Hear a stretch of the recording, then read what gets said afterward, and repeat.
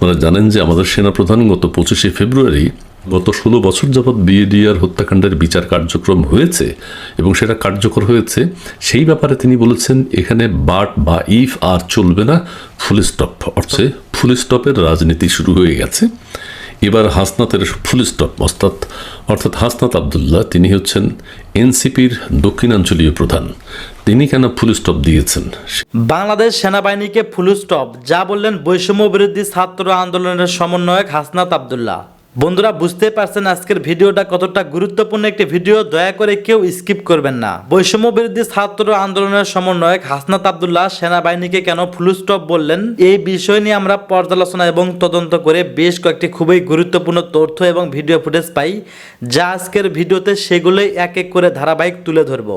যদিও আজকের ভিডিওটা কিছুটা লং হতে পারে, তবে আজকের ভিডিওতে জানতে পারবেন বাংলাদেশ সেনাবাহিনীকে হাসনাত আবদুল্লাহ কেন ফুল স্টপ বললেন, তা নিয়ে এমন কিছু অজানা গোপন তথ্য যা জানলে আপনিও ইতিমধ্যে অবাক হতে বাধ্য। সেই সাথে আরও জানতে পারবেন বর্তমান বাংলাদেশের রাজনীতির প্রেক্ষাপট আসলে কোন দিকে যাচ্ছে। বন্ধুরা, চলুন ভিডিওতে আজকের বেশি কথা বাড়াবো না, সরাসরি আজকে আমরা চলে যাব মূল ভিডিওতে। ফুল স্টপের রাজনীতি শুরু হয়ে গেছে। এবার হাসনাতের ফুল স্টপ অর্থাৎ হাসনাত আবদুল্লাহ, তিনি হচ্ছেন এনসিপির দক্ষিণাঞ্চলীয় প্রধান। তিনি কেন ফুল স্টপ দিয়েছেন? সেটা দিয়েছেন সাদিকুর রহমান খান, তাদের দলের অথবা অন্য কেউ। তিনি একটা পোস্ট করেছেন এবং সেই পোস্টে শেয়ার করেছেন হাসনাত আবদুল্লাহ এবং সেই পোস্টের উপরে তিনি লিখেছেন ফুল স্টপ। আপনারা জানেন যে আমাদের সেনাপ্রধান গত 25শে ফেব্রুয়ারি বিডিআর হত্যাকাণ্ড নিয়ে যাতে আর কোনো কার্যক্রম চালানো না হয় বা গত 16 বছর যাবৎ বিডিআর হত্যাকাণ্ডের বিচার কার্যক্রম হয়েছে এবং সেটা কার্যকর হয়েছে, সেই ব্যাপারে তিনি বলেছেন এখানে বাট বা ইফ আর চলবে না, ফুল স্টপ। অর্থাৎ এটা নিয়ে আর অগ্রসর হওয়া যাবে না, বিডিআরই এই হত্যাকাণ্ড ঘটিয়েছে। ঠিক আছে, এখন কিছুদিন আগে হাসনাত আবদুল্লাহ কেন ফুল স্টপ বললেন সেই ব্যাপারে ব্যাখ্যা করছি। কিছুদিন আগে সেনাপ্রধান যখন সাউথ আফ্রিকার বা দক্ষিণ আফ্রিকা মহাদেশের কোনো দেশে গেলেন, তিনি যখন ফেরার সময় কিন্তু এক ধরনের আশঙ্কা ছিল কু হয়ে যাওয়ার। অর্থাৎ সেনাপ্রধানকে এয়ারপোর্টে হয়তো নামতে দেয়া হবে না, অথবা তিনি যদি নামেনও এক ধরনের দুর্ঘটনার শিকার হওয়ার আশঙ্কা ছিল। সেটি কারা করতে চেয়েছিল? সেটি হচ্ছে হিজবুত তাহরির, জামাত সমর্থিত সেনাবাহিনীর মধ্যে যারা আছেন এবং এনসিপির নেতৃবৃন্দ, সাবেক সমন্বয়ক যারা, তাদের সহযোগিতায় এই কর্মকাণ্ডটি হওয়ার আশঙ্কা ছিল, কিন্তু সেটি হয়নি। এবং সেটি না হওয়ার কারণে এখন তারা সেনাবাহিনীর বিরুদ্ধে লেগে গেছে, সেনাপ্রধানের বিরুদ্ধে লেগে গেছে। কি কারণে? সেটি হচ্ছে এখন সেনাবাহিনীর বিরুদ্ধে বা উত্তরপাড়ার বিরুদ্ধে হাসনাত আবদুল্লাহদের অভিযোগ যে দিল্লির প্রেসক্রিপশনে শাহবাগীদের নামানো হচ্ছে এবং আওয়ামী লীগকে নির্বাচনে অংশগ্রহণ করার সুযোগ করে দিচ্ছে সেনাবাহিনী। অর্থাৎ উত্তরপাড়া এটি হতে দেয়া যাবে না, এটি তারা হতে দেবে না। সেই কারণে তারা এখন প্রকাশ্যে সেনাবাহিনীর বিরুদ্ধে কথা বলছে এবং এটি অত্যন্ত মারাত্মক এবং গুরুত্বপূর্ণ বিষয়। এই কারণে দেশব্যাপী একটা শঙ্কা তৈরি হয়েছে যে কিভাবে তারা সেনাবাহিনীর বিরুদ্ধে এখন চলে গেল। এতদিন সেনাবাহিনী তাদের পক্ষে ছিল, তাদের খুব ভালো লেগেছে। অর্থাৎ জুলাই আগস্ট বিপ্লব থেকে শুরু করে গত 7 মাস সেনাবাহিনী কিন্তু এই সমন্বয়কদেরকে সহযোগিতা করেছে, পাহারা দিয়েছে। এখন যেহেতু সেনাবাহিনী নিয়োগ পেয়েছেন আওয়ামী লীগের সময়ে, এখন তারা সেনাপ্রধানকে সন্দেহ করছেন সেনাপ্রধানকে কিভাবে তার পদ থেকে সরানো যায়। আপনারা জানেন যে ডক্টর মোহাম্মদ ইউনূসের সাথে সেনাপ্রধানের খুব একটা ভালো সম্পর্ক এখন নেই। এখন তারা চাচ্ছে, এই সরকার চাচ্ছে মাইনাস সেনাপ্রধান, অর্থাৎ মাইনাস ওয়াকারুজ্জামানকে সরিয়ে নতুন কাউকে সেনাপ্রধান, তাদের অনুগত কাউকে সেনাপ্রধান তারা করতে চাচ্ছেন। হাসনাত আবদুল্লাহর এই পোস্টে, অর্থাৎ তিনি শেয়ার করেছেন সেটি হচ্ছে, বলা হচ্ছে উত্তরপাড়া থেকে যেই উদ্যোগ নেওয়া হচ্ছে, উত্তরপাড়া বুঝতে পারছেন আপনারা নিশ্চয়ই, সেনাবাহিনী ক্যান্টনমেন্ট, উত্তরপাড়া থেকে যেই উদ্যোগ নেওয়া হচ্ছে সেই উদ্যোগের বিরুদ্ধে এখনই যদি সরব না হন, আপনার মৃত্যু পরোয়ানা জারি হয়ে যাবে। তাদের আওয়ামী লীগের বিচার হওয়ার আগ পর্যন্ত কোনো ইলেকশনে আওয়ামী লীগ অংশগ্রহণ করতে পারবে না। আওয়ামী লীগের বিচার কবে হবে আপনারাই বুঝতে পারছেন। অনেক এখন যদি তারা বিচার করেও, যারা অপরাধ করেছে তাদের বিচার হবে, হোক, কিন্তু এটা তো সময় সাপেক্ষ ব্যাপার। তার মানে তার আগে নির্বাচন হবে না। আমি এই লাইনটি আবারও পড়ছি, আওয়ামী লীগের বিচার হওয়ার আগে কোনো ইলেকশন হবে না, বা ইলেকশনে আওয়ামী লীগ অংশগ্রহণ করতে পারবে না, মিছিল মিটিং করতে পারবে না, মিটিং করতে পারবে না। রক্তের দাগ শুকায় নাই, এখানে বঙ্গবন্ধুর মতো বলেছে। এই রক্তের মর্ম উত্তরপাড়া বুঝবে না। উত্তরপাড়া মানে ক্যান্টনমেন্ট। এখন কেন তারা উত্তরপাড়ার বিরুদ্ধে কথা বলছে? উত্তরপাড়া বুঝবে না মানে কি? উত্তরপাড়া এতদিন বুঝে নেই? উত্তরপাড়া এতদিন তাদেরকে সহযোগিতা করে নাই? উত্তরপাড়ার ঘাড়ে উঠেই তো তারা বক্তৃতা দিয়েছে। উত্তরপাড়ার সবসময় তাদেরকে সাপোর্ট দিয়ে গেছে। এই রক্তের মর্ম উত্তরপাড়া বুঝবে না, কারণ রক্ত তো ওরা দেয়নি, রক্ত দিয়েছি আমরা, এ দায়ও আমাদের। কাজেই এখন যেটি মনে হচ্ছে, আমি আবারও বলছি, এখানে কিন্তু হাসনাত আবদুল্লাহ ফুল স্টপ দিয়েছেন, মানে উত্তরপাড়া যে কাজগুলো করছে এটি ঠিক হচ্ছে না, এবং উত্তরপাড়ার পক্ষে এখন আর তারা আর নেই, এটি পরিষ্কার। এবং আরও অনেক কথা এখানে রয়েছে। ডিসেম্বর অর্থাৎ ইলেকশন জুনে হোক, জুলাই হোক, ডিসেম্বরে হোক, কোনো আপত্তি নেই, বাট সেই ইলেকশনে আওয়ামী লীগ থাকতে পারবে না, নৌকা মার্কা থাকতে পারবে না, এটাই হলো কথা।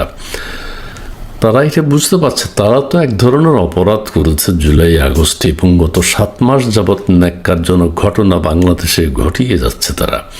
এখন তারা চাচ্ছে কোনোভাবে আওয়ামী লীগ যাতে ব্যাক করতে না পারে, আওয়ামী লীগ যাতে রাজনীতি করতে না পারে। সেনাবাহিনী প্রধান যেমন বলেছেন, ইনক্লুসিভ একটা সকল দলের অংশগ্রহণের দেশে একটা নির্বাচন যাতে হয়। এখানে কি বলছে তারা, যে এর বাইরে গিয়ে আওয়ামী লীগের মুখোশ পরিয়ে আওয়ামী লীগকে পুনর্বাসনের কোনো নির্বাচন এই দেশে হতে দেয়া যাবে না। তার মানে নির্বাচন হবে না দেশে। কেউ যদি আওয়ামী লীগকে পুনর্বাসন করতে চায়, আওয়ামী লীগকে রেখে ইনক্লুসিভ ইলেকশন করতে চায়, ইনক্লুসিভ ইলেকশনের কথা সেনা প্রধান বলেছে, এবার আর সুশীলতার ধারব না। আপা গেছে যেই পথে, তাকে বা তাদেরকেও সেই পথে যেতে হবে। অর্থাৎ সেনাবাহিনীকে পরিষ্কার হুমকি দেওয়া হয়েছে, সেনাপ্রধানকে হুমকি দেওয়া হয়েছে, এবং তারা বলছে যে ডক্টর ইউনূসের নেতৃত্বে এরাও কিন্তু ওই আওয়ামী লীগকে ঠেকাতে পারবে না, এবং ঠেকানোর দায়িত্ব এনসিপি নিজেরা নেবে। কত বড় হুমকি, কত বড় উদ্ধত্ত, এটি আপনারা নিশ্চয়ই বুঝতে পারছেন। কিসের শক্তিতে, কাদের শক্তিতে তারা এইভাবে কথা বলছে, এটা কিন্তু ভাববার বিষয়। স্পষ্ট করে বলছি, এই উদ্যোগের বিরুদ্ধে যাওয়ার ক্ষমতা ইউনূসের নেই, অর্থাৎ আওয়ামী লীগ রাজনীতি করবে, এটা তো স্বাভাবিক ব্যাপার। এরা এখন সেনাপ্রধানের বিরুদ্ধে লেগে গেছে, তবে এই ক্ষমতা আমাদের আছে, অর্থাৎ জনগণের। নানান কথা তারা বলেছে, দিল্লির বিরুদ্ধে কথা বলছে, শাহবাগের বিরুদ্ধে কথা বলছে। সেনাপ্রধান হলো এখানে মুখ্য, সেনাপ্রধানের বিরোধিতাই তারা করছে। এখানে তারা ফুল স্টপ দিয়েছে। দেখা যাক সেনাবাহিনী কি রিয়্যাক্ট করে, কি রিয়াকশন দেখায়, এবং তাদের পদক্ষেপ কি হয় সেটি দেখবার বিষয়। ওবায়দুল কাদের সম্পর্কে আরো কিছু চাঞ্চল্যকর তথ্য পাওয়া গেছে। ওবায়দুল কাদের আসলে কেমন ছিল, এই অবাক করার তথ্যগুলো জনগণের জানা উচিত। দর্শক, আপনারা জানবেন, অন্যকে জানিয়ে দিতে সহযোগিতা করবেন। কিছু কিছু তথ্য রিসেন্টলি ফাঁস হয়েছে, এবং আমি নিজেও এর সম্পর্কে বেশ কিছু তথ্য একদম অথেন্টিক সোর্স থেকে 2013 সাল থেকে জানি, কিন্তু এগুলো বলার মতো সাহস আমাদের কারো ছিল না। একেবারেই ওবায়দুল কাদেরের ঘনিষ্ঠ লোকজনের মাধ্যমে জানি। তো দর্শক, সাম্প্রতিক একটা খবর বেরিয়েছে যে ওবায়দুল কাদেরের কল লিস্ট থেকে বেরিয়ে এলো চাঞ্চল্যকর তথ্য। কাদের সাথে কথা বলতেন, কি ইত্যাদি, কোথায় আছেন, এটা নিয়ে কিন্তু আগে কথা বলেছি। ওবায়দুল কাদের কোথায় এখন? সাংবাদিক ইলিয়াস দাবি করেছেন তিনি বাংলাদেশে আছেন। তো বাংলাদেশে থাকলে সেনাবাহিনী জানার কথা। এর মধ্যে সেনা হেফাজতে কারা ছিল যদিও সেনা হেফাজতে যারা ছিল তাদের একটা বড় অংশকে পুলিশ গ্রেপ্তার করেছে। এটা কনকসরের একটা তথ্য থেকে পাওয়া যায়। এই জুনাইদ আহমেদ পলক থেকে শুরু করে আরো অনেকেই সেনা হেফাজতে ছিল, তাদের কাছে আশ্রয় নিয়েছিল, পরবর্তীতে সেখান থেকে চলে এসেছে, পরে গ্রেপ্তার হয়েছে। তো ওবায়দুল কাদেরের বিষয়টা এখন ওইভাবে ট্রেস করা যায়নি, বা সেনা হেফাজতে যে তিনি ছিলেন এরকম প্রমাণও কনক সরোয়ার যে তথ্য দিয়েছেন বিশ্বস্ত সূত্র থেকে সেখানেও কিন্তু পাওয়া যায়নি। তাহলে একটা বিষয় স্পষ্ট যে ওবায়দুল কাদের সেনা হেফাজতে ছিলেন না, অন্য কোথাও ছিলেন। আবার সাংবাদিক ইলিয়াস বলছেন তিনি দেশে আছেন। আবার এটাও ঠিক যে ওবায়দুল কাদের যদি বিদেশে থাকতেন ভারতে, তাহলে তিনি রাজনীতিতে সক্রিয় থাকতেন। কারণ ওবায়দুল কাদের আওয়ামী লীগের পোর খাওয়া নেতা, তিনি চুপচাপ কেন থাকবেন? যারা বিদেশে আছে হাসান মাহমুদরা কিন্তু কথা বলেন, তারা আওয়ামী লীগের পক্ষে বলার চেষ্টা করেন, তৎপরতা চালান। তা ওবায়দুল কাদের বিদেশে থাকলে কেন কিছু বলবেন না? বিদেশে যারা গেছেন তারা তো ওইভাবে আত্মগোপনে নেই, তারা তো নিরাপদ। আর দেশে যারা আছেন তারা আত্মগোপনে, তারা কোনো কথা বলছেন না, কারণ জানেন যে কিছু বলতে গেলেই ধরা পড়বেন। তো দর্শক, তো ওবায়দুল কাদের দেশে থাকার যথেষ্ট সম্ভাবনা রয়েছে। আর ওবায়দুল কাদের কেমন ছেলে আসুন একটু দেখি। আগে আমার তথ্যটা জানি, আমি যেটা জানি সরাসরি 2013 সালের কথাই। ওবায়দুল কাদের একেবারে সেই যুবক বয়স থেকে একজন প্রফেশনাল নারীবাজ। নারীর প্রতি তার লোভ, এটা ওবায়দুল কাদেরের স্বাভাবিক বৈশিষ্ট্যগুলোর মধ্যে একটা। ছাত্রলীগের সাবেক নেতারা নেত্রীরা ওবায়দুল কাদেরকে নারী সাপ্লাই দিতেন।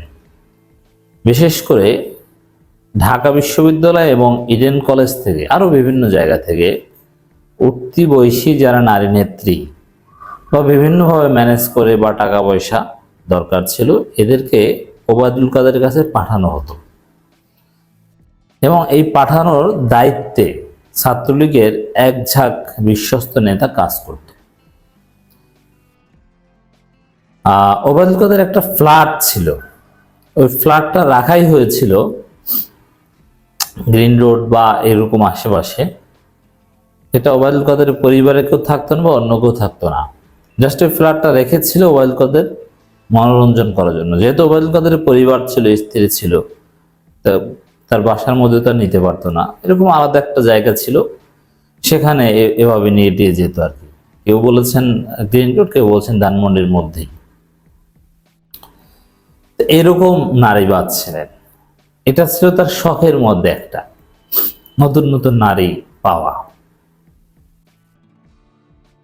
এবং এটা আমরা যখন বিশ্ববিদ্যালয়ে পড়তাম এবং রাজনীতি করতাম, তখন এটা অনেকটা ওপেন সিক্রেট ছিল অনেকের কাছে যে ওবায়দুল কাদের এরকমই।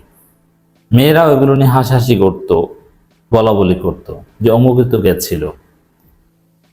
এটা সত্য কথা। এখন দেখেন তার সত্যতা মিলছে। এখন ক্ষমতায় থাকা অবস্থায় এগুলো তো আর বললে তো একেবারে আয়নাঘর তার ঠিকানা, এটা তো বুঝেনি। ইত্তেফাকের রিপোর্ট বিভিন্ন গণমাধ্যমে এসেছে, মূলত সাংবাদিকরা কিছু ব্যক্তিগত উদ্যোগে অনেক সাংবাদিক এটা বের করেছেন। এইটি গণমাধ্যমে এসেছে তাদের ফেসবুক পোস্ট থেকে। 24-এর গণঅভ্যুত্থানে ছাত্র জনতার উপর নির্বিচারে গুলি চালানোর মাস্টার মাইন্ড ওবায়দুল কাদের ঠিক কোথায় আছে তা নিয়ে যখনই নতুন করে চলছে জল্পনা কল্পনা, ঠিক তখনই তার ব্যবহৃত সিমের লোকেশন ও কল লিস্ট ট্র্যাক করে পাওয়া গেছে বেশ কিছু চাঞ্চল্যকর তথ্য। ক্ষমতায় থাকাকালীন বিলাসী ও শৌখিন নেতার সঙ্গে বিভিন্ন নায়িকা ও মডেলের ছবি সামাজিক যোগাযোগ মাধ্যমে ভাইরাল হওয়া ছিল নিয়মিত ঘটনা। এবং ওবায়দুল কাদের চাহনির স্টাইল, নায়িকাদের সাথে বিভিন্ন প্রোগ্রামে গেলে তখন কিভাবে তাকাতেন, ওই তাকানোর স্টাইল দেখলেই তো বোঝে যে এর চরিত্র কেমন। এবং ঢাকা বিশ্ববিদ্যালয় ইডেন কলেজে মেয়েদের সাথে যখন দেখা করত, তখন যে স্টাইলে তাকাতো, এতেই বোঝা যায় যে তার চরিত্র কি। আওয়ামী লীগ মানে এরকমই, এটা আপনি ধরে নেবেন। আওয়ামী লীগের এটা একটা কমন বৈশিষ্ট্য, ক্ষমতায় থাকলে বেসিক্যালি। আর ওবায়দুল কাদের যখন ক্ষমতার বাইরে ছিলেন তখনও স্টুডেন্ট লাইফ থেকেই নাকি এরকম ছিলেন, তার সমসাময়িক অনেকে আমাদেরকে বলেছে। অনেক নায়িকার সঙ্গেই তার ঘনিষ্ঠতা নিয়ে ব্যাপক গুঞ্জন ছিল সামাজিক যোগাযোগ মাধ্যমে। অবশ্য প্রকাশ্যে সেগুলো নিয়ে কেউ কথা বলতে সাহস করত না। এক চাঞ্চল্যকর তথ্য বেরিয়ে আসছে সাবেক সড়ক যোগাযোগ সেতু মন্ত্রীকে নিয়ে। সবশেষ 5 আগস্ট দুপুর 2:42 ওবায়দুল কাদেরের ব্যক্তিগত ফোন নাম্বারটি ফোন ট্র্যাক লোকেশন ছিল মোহাম্মদপুরে। হ্যাঁ, ওই দিন তো মোহাম্মদপুর বা গণভবনের আশেপাশে ওদিকেই থাকার কথা, এটা তো আমরা স্বাভাবিক বুঝি। এরপরে ওখান থেকে হয়তো বা কোথাও চলে গেছেন। এবার সামাজিক যোগাযোগ মাধ্যমে প্রকাশিত হলো তার একটি কল লিস্ট। এই কল লিস্ট অনুযায়ী 5 আগস্ট আগে পরে 2 মাসে অসংখ্য নম্বরে কথা বলেছেন। এর মানে 5 আগস্টের পরে 2 মাস ওবায়দুল কাদের দেশে ছিলেন, এটা একটা বিষয় ইলিয়াসের বক্তব্যের সাথে মিলে, যেখানে অনেক নায়িকা ও মডেল অভিনেত্রীদের সাথে যোগাযোগ রাখার বিষয়টি উঠে এসেছে। রাজনৈতিক কারণে নায়িকা, মডেল, অভিনেত্রী এদের সাথে ওবায়দুল কাদেরের কথা বলার কোনো যুক্তি নেই। ওটা ওই নারীবাজির কারণে যাদের নাম এসেছে এরাই ওবায়দুল কাদেরের খাদ্য, এটা সরাসরি বললাম। ওই কল লিস্ট অনুযায়ী নায়িকা কেয়া, মিস বাংলাদেশ ফারজানা, যাই হোক এভাবে নামগুলো প্রকাশ করা মেয়েদের এটা সঙ্গত না, কিন্তু তাদের বৈশিষ্ট্য এটা আমি বলে দিলাম। সব মডেল নায়িকাদের যেমন রয়েছে তেমনি ফোন দিয়েছেন ময়মনসিংহ এর নারী নেত্রী কবিতাকেও। বুঝতে পারছেন, একটু কম বয়সী বা যাদের ফিজিক্যাল ফিটনেস আছে তাদের দিকে ওবায়দুল কাদেরের দৃষ্টি। ওবায়দুল কাদেরের 5 আগস্ট সহ আগের এবং পরবর্তী সময়ের কল লিস্টের সিডিআর কপির আংশিক প্রকাশ করে সাংবাদিক জাওয়াদ নির্ঝর। তবে এই সিডিআর কপি বের করেছেন সাংবাদিক মুনাওয়ার আলম নির্ঝর। জাওয়াদ নির্ঝর ফেসবুকে এই পোস্টে এসব তথ্য জানিয়েছেন। তিনি ওবায়দুল কাদেরের কল লিস্টের সিডিআর কবির আংশিক প্রকাশ করে লিখেছেন, এত নাম্বার বাছাই করতে সময় লাগছে। নাম্বারগুলো ট্রু কলার সহ বিভিন্ন মাধ্যমে বাছাই করা হচ্ছে, সেটাও মুনাওয়ার আলম করেছেন। তিনি আরো লিখেছেন, ওবায়দুল কাদেরের কল লিস্ট পর্যবেক্ষণ করে দেখলাম ফোনে সে কম কথা বলতো, কিন্তু তার ফোন লিস্টে নায়িকা, মডেল, অভিনেত্রীদের নাম্বার কেন? তাদেরকেও কি রাজনীতি শেখাতেন ওবায়দুল কাদের? না, অন্য কিছু শেখাতেন। এর আগে দেশের বিভিন্ন লোকেশনে ওবায়দুল কাদের আছেন বলে সামাজিক যোগাযোগ মাধ্যমে একাধিকবার খবর ছড়িয়ে পড়ে। কোথাও আইনশৃঙ্খলা রক্ষাকারী বাহিনী অভিযানও চালিয়েছে, তবে কোথাও মেলেনি তার সন্ধান। গুঞ্জন আছে অন্যান্য নেতাদের মতো দেশ ছেড়ে পালিয়েছেন ওবায়দুল কাদের, তিনি ভারতে আছেন। তবে সাম্প্রতিক সামাজিক যোগাযোগ মাধ্যমে ওবায়দুল কাদের ব্যবহৃত সিমের লোকেশন ও কল লিস্ট ভাইরাল হয়েছে। তাতে ওই কল লিস্টের সত্যতা নিশ্চিত করা যায়নি। ভাইরাল ওই তালিকায় দেখা যায় সর্বশেষ 5 আগস্টের দিন কোথায় ছিল সেটা। এরপরে তিনি কোথাও না কোথাও গেছেন, যে কোথায় আছেন এটা আলাদা আলোচনা। তো ওবায়দুল কাদের চরিত্র কি, কেমন ছিলেন, বা আওয়ামী লীগ কেমন হয়, এর একটা ধারণা আশা করি আপনারা পেয়েছেন। এটা জাতিকে জানানো দরকার, নতুন প্রজন্মকে জানানো দরকার। আমাদের ব্যক্তিগত জানা, আমার এক অত্যন্ত ঘনিষ্ঠ সাংবাদিক ছিল যিনি প্রথম আলো থেকে চাকরিচ্যুত হয়েছিলেন, আমি তার নামটা বলবো না, তিনি ওবায়দুল কাদেরের সাথে চলতেন এক সময়। তিনি এই বিষয়টা অনেকটা সচক্ষে দেখেছেন, এরকম যে বিভিন্ন মেয়ে ইডেন কলেজ, ঢাকা ইউনিভার্সিটি থেকে তার কাছে সাপ্লাই দেওয়া হতো। গতকাল একটা ভিডিও ছড়িয়ে পড়েছে। কিছু মানুষজন রমজানে একটা রেস্টুরেন্টে খাচ্ছিলেন এবং শালীনতার সাথে তার বাইরে পর্দা টানানো ছিল।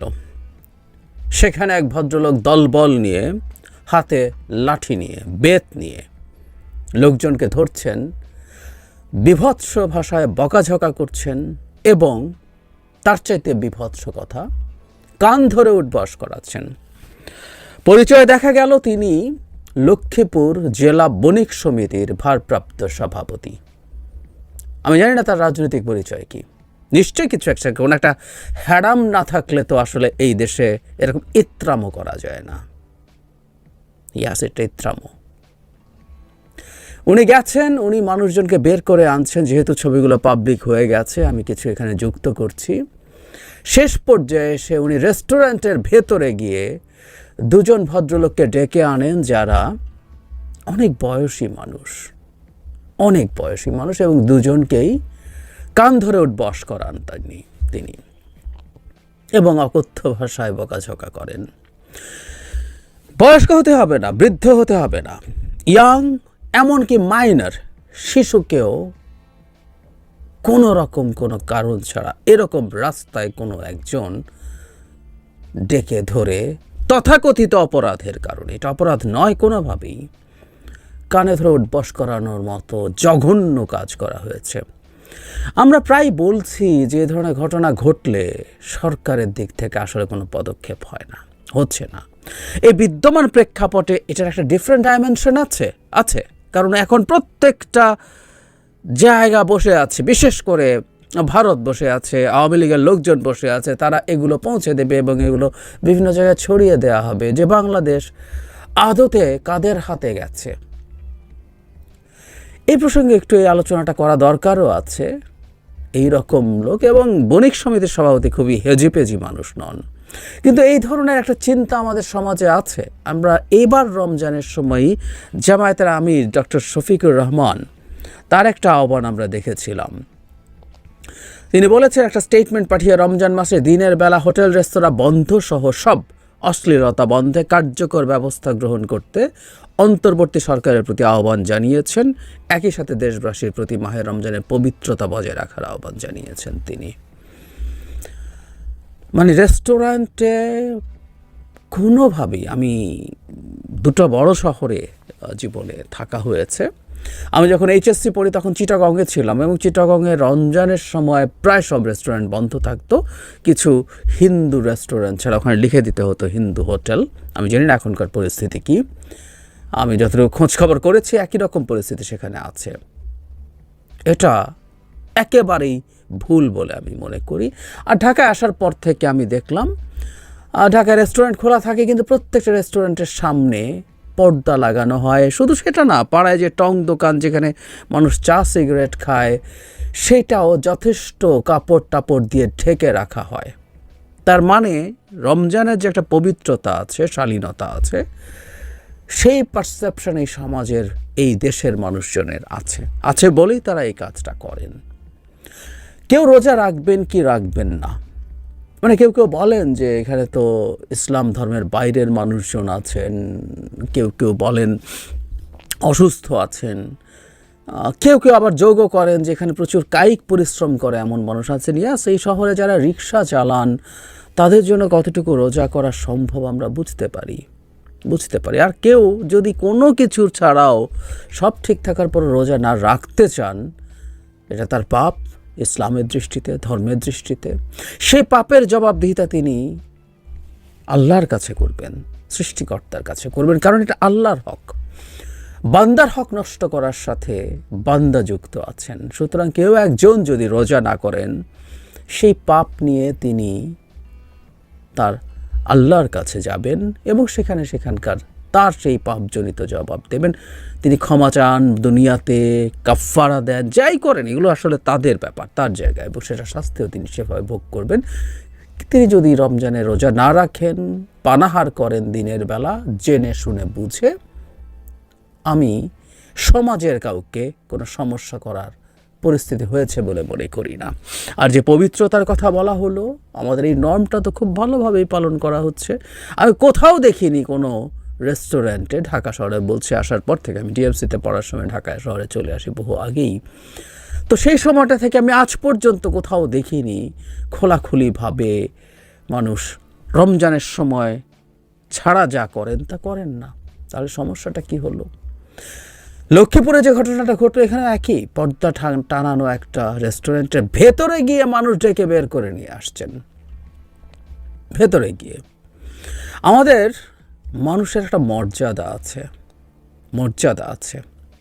এমনকি তাত্ত্বিকভাবে বলছি, সরকার যদি একটা আইন যদি ঘোষণা করত যে না এরকম কিছু করা যাবে না, সেটাও বলবৎ করার জন্য এই ধরনের লোকজনের কোনো অধিকার নাই। তো কে তাকে সেই অধিকার দিয়েছে? একটা লাঠি নিয়ে নেমে কিছু মানুষজনকে নিয়ে মানুষকে লাঠির মুখে ধরে কান ধরে উঠবস করাবে, কে তাকে এই ক্ষমতা দিয়েছে? যদি এটা আইনেও থাকতো, একটা রাষ্ট্র বোঝাবুঝি, আমি প্রায় দেখি যে আমাদের আসলে রাষ্ট্র বোঝাবুঝি হয় নাই মানুষের। আমাদের সমাজে চারদিকে কত ইতর ছড়িয়ে আছে যারা আসলে এটাকে রাষ্ট্র হিসেবে দেখতেই চায় না। তাদের মধ্যে সেই ট্রাইবাল মেন্টালিটি, আমার হ্যাডাম আছে, আমার একটা ক্ল্যান আছে, আমার ক্ল্যানের কিছু পাওয়ারফুল লোক আছে, সো আমি আমার ট্রাইবাল সোসাইটিতে যা হয়, যার হ্যাডাম আছে সে যা ইচ্ছা তা করে। এই তো করছে। এতদিন হাসিনা করতো, ভেতরে ভেতরে খারাপ লাগতো কারণ আমি কাজটা করতে পারছি না। এখন হাসিনা চলে গেছে, এখন আমি আমার হ্যাডাম দিয়ে আমি আমার মতো করে যাতা করব। এই প্রায় বলি এই জন্য যে আসলে রাষ্ট্র হয়ে উঠতে হলে একটা দেশকে তার নাগরিক লাগবে। আমাদেরকেও নাগরিক হতে হবে। একজনও নাগরিক হয়ে ওঠে নাই, একজনও নাগরিক হয়ে ওঠে নাই। যদি কেউ না হয়ে ওঠে, রাষ্ট্র বা সরকারকে ব্যবস্থা নিতে হবে। তো নেবে সরকার? একেবারেই মনে করি না, একেবারেই মনে করি না। কারণ বলতে পারি। আমি কয়েকদিন আগে একই ধরনের মরাল পুলিশিং বলবো আমরা এগুলোকে, মরাল পুলিশিং করার ক্ষেত্রে দুইজনকে মানে গ্রেফতার করে, দুজনের কথা আমরা যদি বলি, দুজন নারীর প্রকাশ্যে ধূমপান করা নিয়ে একজন তুলকালাম কাণ্ড ঘটিয়েছেন, প্রকাশ্য রাস্তায় নারীদেরকে পিটিয়েছেন, তাকে গ্রেফতার করা হয়। তার ছবি ছড়িয়ে পড়লো, প্রচুর শোরগোল হলো, শেষে তাকে ধরা হলো বেশ কয়েকদিন পর। ওড়না কীভাবে পড়তে হবে ঠিক করে দেওয়ার জন্য যে ভদ্রলোককে গ্রেফতার করা হয়েছিল, তাকে আদালত থেকে ফুলের মালা, হাতে কোরআন, মাথায় পাগড়ি দিয়ে বের করা হয়েছে এবং সেই মামলা ওই ভুক্তভোগী নারীকে প্রত্যাহারও করতে হয়েছে। সো যতটুকু নেওয়া হয়েছে, দুজন আসলে খুব পাওয়ারফুল জায়গার মানুষ না। কিন্তু লক্ষ্মীপুরের ইনি বণিক সমিতির যখন ভারপ্রাপ্ত অবশ্য সভাপতি, তার মানে উনি কাছাকাছি সহসভাপতি বা কিছু একটা ছিলেন, উনি হ্যাডামওয়ালা লোক এবং এই হ্যাডামওয়ালা লোককে সরকার কিচ্ছু করবে না, আমরা জানি, খুব ভালো জানি। অথচ একটা রাষ্ট্র, একটা সরকার তার নাগরিকদের সামনে পোর্ট্রে করা দরকার সেটা যে সে শক্তিমানের বিরুদ্ধেও আইন ভঙ্গ করলে ব্যবস্থা নেয়। এভাবেই সে সমাজে ন্যায্যতা প্রতিষ্ঠা করে, সমাজে ইনসাফ প্রতিষ্ঠা করে। এই বার্তা সে তার নাগরিককে দিতে পারে। তখনই নাগরিক সে সরকার এবং সেই রাষ্ট্রের উপরে আস্থা আনে। তখনই সে সেই রাষ্ট্রকে যখন আস্থায় আনে, সে তার রাষ্ট্রের বিভিন্ন জায়গায় তার সাথে কমপ্লাই করার চেষ্টা করে। কিন্তু কোনো একটা রাষ্ট্র বা সরকার যখন দেখে শুনে বুঝে অন্যায়ের পদক্ষেপ নেয়, আর বিশেষ করে চেরিপিক করে, কাকে ধরবো কাকে ধরবো না, কাকে ধরার হ্যাডাম আছে কাকে ধরার হ্যাডাম নাই, সেটা যখন বাঁচতে থাকে তখন আর সে আসলে সরকার বা রাষ্ট্র থাকে না। রাষ্ট্রের খুব বেসিক কথাটাই হচ্ছে এটা। এই ভদ্রলোককে ধরার মাধ্যমে বিদেশেও তো বার্তা দেওয়ার আছে যে যেখানেই এটা একটা উগ্রবাদ, এবং এসব কারণেই আরও বহু কিছুর সাথে এগুলোকে যোগ করে এটা উগ্রবাদীদের সরকার, এটা জঙ্গিদের সরকার, এই আলাপ গ্লোবালি তোলার চেষ্টা হচ্ছে। এই বার্তা দিতে পারতো সরকার, দিতে পারে, আমি জানি না করবে কিনা, আমি জানি না, আমি মোটামুটি নিশ্চিত যেটা করবে না, কিন্তু এই বার্তাটা দিতে পারতো যে আমরা এগুলো বরদাস্ত করছি না। কিন্তু সেই বার্তা দেওয়া হচ্ছে না। অ্যাট দ্য সেম টাইম ধরে জনগণকে বোঝাতে পারতো, দেখো এই যে আমরা খেয়াল করেছি, উনিও কান ধরে উঠবস করিয়েছেন, আসলে এরা ভালনারেবল মানুষ বলে, এই মানুষগুলোর চেহারা দেখুন, এদেরকে কান ধরে উঠবস করানো যায়। ওনার কাছাকাছি একজন থাকলে তখন তার হ্যাডাম আসলে দেখতে পারতাম আমরা, ওটা আর হয় না, হতো না। ঠিক একইভাবে সরকারও এই ধরনের একটা মানুষকে যদি আইনের আওতায় না আনে, আমাদের কাছে এই সরকারগুলোর ভ্যালু থাকে না। সেজন্য খুব ছোট ঘটনা এটাকে মনে করার কোনো কারণ নাই। এই ঘটনায় সরকার কী আচরণ করছে, কি করছে না করছে, সেটাতে সরকারের চরিত্র বোঝা যায়। এই প্রত্যেকটা ছোট ছোট লিটমাস টেস্টেই আসলে একটা সরকারের চরিত্র আমরা বুঝে উঠি। আমরা চাই বা না চাই, আমাদের সাবকনশিয়াসে এই সরকার সম্পর্কে একটা পারসেপশন তৈরি হয়, হতে বাধ্য। আমি আমার চারপাশে এগুলো দেখছি, তো এসব ইত্রামের বিরুদ্ধে যখন সরকার কিছু করবে না, আমরা এগুলো দেখবো তো, বুঝবো তো। আর একই সাথে আমাদের সমাজে আমি জামায়াতের আমির যে আহ্বান জানিয়েছেন, আমি এটাকেও সঠিক মনে করি না, সঠিক বলে মনে করি না। তিনি সরকারকে ব্যবস্থা নেওয়ার আহ্বান জানিয়েছেন, এটা অন্যায় আহ্বান। তাদের দলের সাথে ইসলাম শব্দটা আছে, সুতরাং তার আইডেন্টিটি পলিটিক্স করবেন, ইসলামী আইডেন্টিটি পলিটিক্স। তিনি মানুষকে রমজানে রোজা রাখার জন্য এনকারেজ করবেন, রমজানের পবিত্রতা রক্ষা। ইয়াস, আই অ্যাগ্রি উইথ দিস। রেস্টুরেন্টগুলো যাতে এই জিনিসটা মেনটেন করে, এটা মেনটেন করছে। উনি জাস্ট আবার একবার সতর্কতা জানাতে পারতেন যাতে তারা এই জিনিসটা মেনটেন করে, বন্ধ করে দেওয়ার আহ্বান তিনি জানাতে পারেন না। কোনো একটা রেস্টুরেন্ট, একটা ব্যবসার প্রশ্ন আছে, তার টিকে থাকার প্রশ্ন আছে, তার ভাড়ার প্রশ্ন আছে, সেই রেস্টুরেন্টগুলোতে কাজ করা মানুষ আছে, সেই রেস্টুরেন্টগুলোর সাথে প্রচুর ব্যবসা জড়িত আছে। সব কিছুর পরও এবং এটা খোলা রেখে তার কেটে এটা রাখার জড়িত বিরাট যে লস আছে, তিনি যদি বন্ধ করেন, সে দায়িত্ব তো তাকেই নিতে হবে, যিনি এগুলো ওন করেন। সব জেনে শুনে যারা খোলা রাখবেন, যারা খাবেন, প্রত্যেকটার জবাবদিহিতা সৃষ্টিকর্তার কাছে তারাই করবেন। এই ধরনের আহ্বানও বাংলাদেশকে একই রকম ট্যাগ দিতে সাহায্য করে। জামায়াতের মতো এত বড় একটা দলের, এত গুরুত্বপূর্ণ একজন মানুষের এই ধরনের আহ্বানও সমাজে ওই সব লক্ষ্মীপুরে যে ঘটনা ঘটলো তাদেরকে এই ধরনের কাজ করায় কিছুটা হলেও উদ্বুদ্ধ করে। যদিও আগেও কখনো কখনো এই ঘটনাগুলো হয়েছে, এই আহ্বানের আগে আমি অনেক আগেও কখনো কখনো খবরে পড়েছি। আগে তার এত ভিডিও পাওয়া যেত না, এখন ভিডিও পাওয়া যায়। এবং খেয়াল করবো আমরা, ওই লোক ভিডিও করা হচ্ছে তাতে কিছু আসে যায় না। একাধিক মানুষ যে ক্যামেরাতে আমরা ভিডিওটা দেখছি, আপনারা মন্তব্য থেকে ভিডিওটা দেখে নেবেন, আমি এখানে যুক্ত করে দিচ্ছি। মানে একটা ক্যামেরা থেকে দেখা যাচ্ছে সেই ক্যামেরাতে আরও অন্যরাও যে ভিডিও করছে, সব কয়েকজন মিলে ভিডিও করছে এবং উনি কেয়ার করছেন না। আসলে এই যে কেয়ার করছি না সরকারকে, এটা এই সরকারই আসলে এই পরিস্থিতিটা তৈরি করেছে। এই দীর্ঘ 7 মাসে অনেকগুলো ক্ষেত্রে সরকার আসলে প্রয়োজনীয় ব্যবস্থা যেহেতু নেয়নি, এই সরকার বার্তা দিয়েছে এই সরকারের সময় যা তা করা যায়, লাভ নেই। তারপর আমি আহ্বান জানাই, এটা একটা গুরুত্বপূর্ণ কেস যেখানে একটা মোটামুটি পাওয়ারফুল মানুষকে আইনের আওতায় এনে নিরীহ মানুষের উপরে নিপীড়ন, অত্যাচার করার, জুলুম করার কারণে এর চেয়ে বিভৎস কিছু হয় না। ক্যামেরার সামনে মানুষদেরকে কান ধরে উঠবস করানো হচ্ছে, এর চেয়ে মানুষের মর্যাদার এত বড় হানিকর কাজ হতে পারে না। এই অসভ্যতা, এই বর্বরতা এবং এই ইত্রামোর জন্য এই লোককে ধন্যবাদ। প্রিয় দর্শকবিন্দু, আমাদের ফুল ভিডিওটি দেখার জন্য আপনাকে জানাই অসংখ্য ধন্যবাদ।